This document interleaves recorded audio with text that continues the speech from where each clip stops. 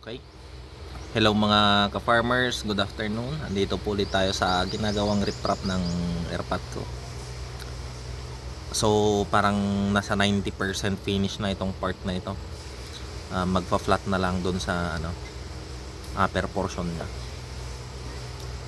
So maayos naman yung pagkakagawa. Yan. Ang pagre-riprap ay hindi naman din basta-basta na patong-patong lang ng mga bato. So kailangan din ng skill para sa ganon ay magkaroon ng interlocking yung mga bato. Dahil kung hindi siya nag-i-interlock mga ka-farmers, sayang yung effort, sayang yung pagbubuhat ng bato, mag-e-erode din siya, magkakaroon ng landslide. So ayan, ginawa niya to ng halos 3 days din.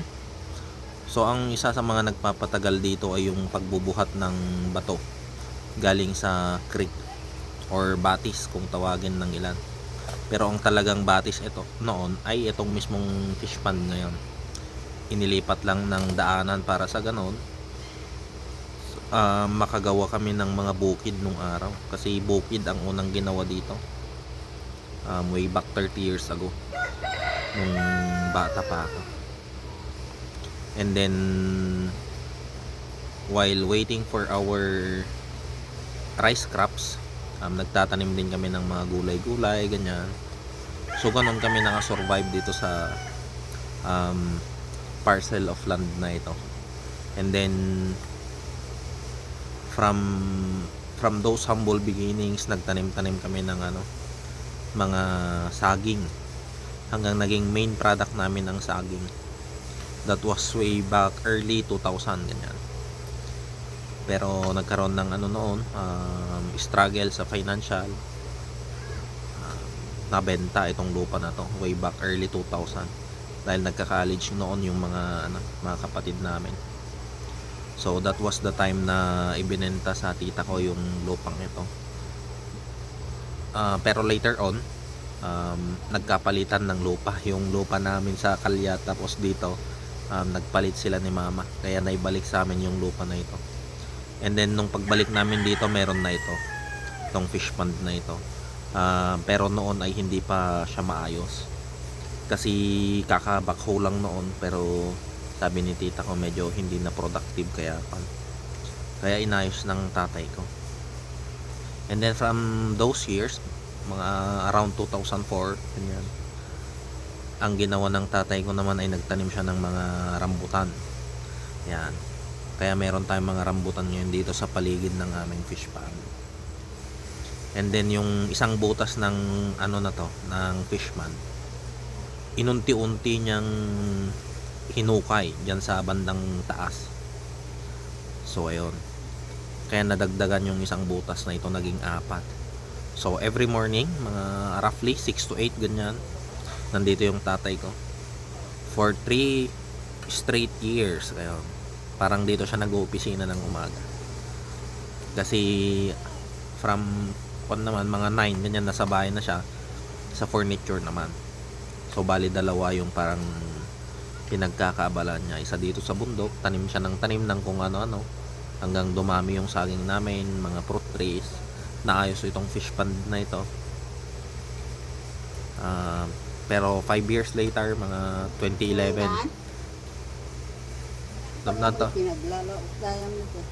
way back 2011, nangyari yung hindi inaasahan. So na-aksidente ako nung napabayaan tong lupa na to.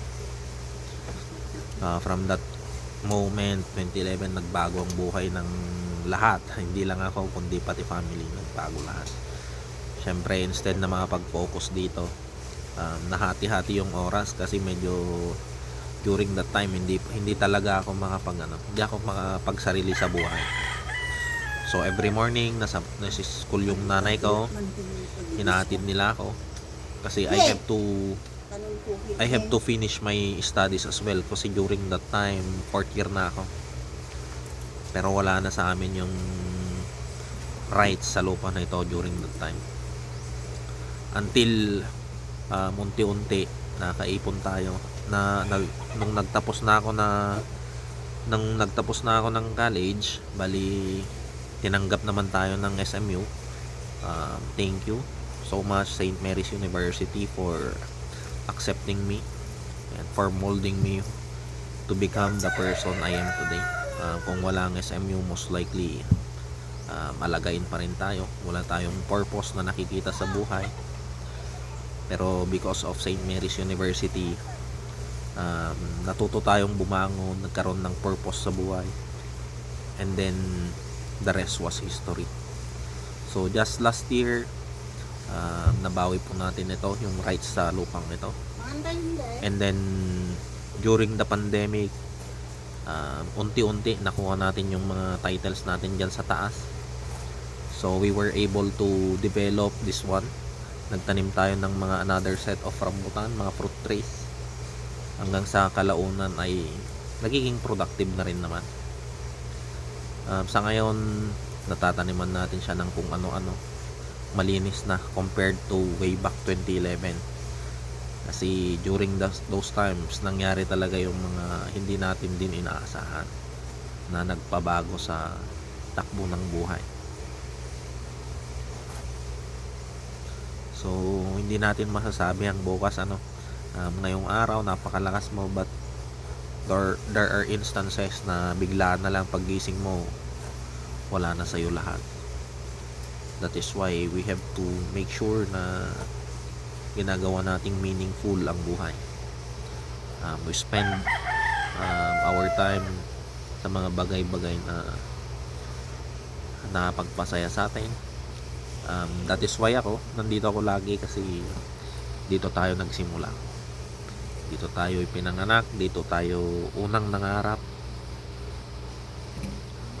Dito tayo nagkaroon ng dito na build yung ating mga pangarap sa buhay. So dito na develop yung ating passion for farming. That is why malapit sa puso natin ang pagpo-farm. But this is the first time na mag-aalaga po tayo ng tilapia. And we are hoping na sana maging maayos. So yun lamang po yung konting kwento ng aking buhay. Thank you for listening.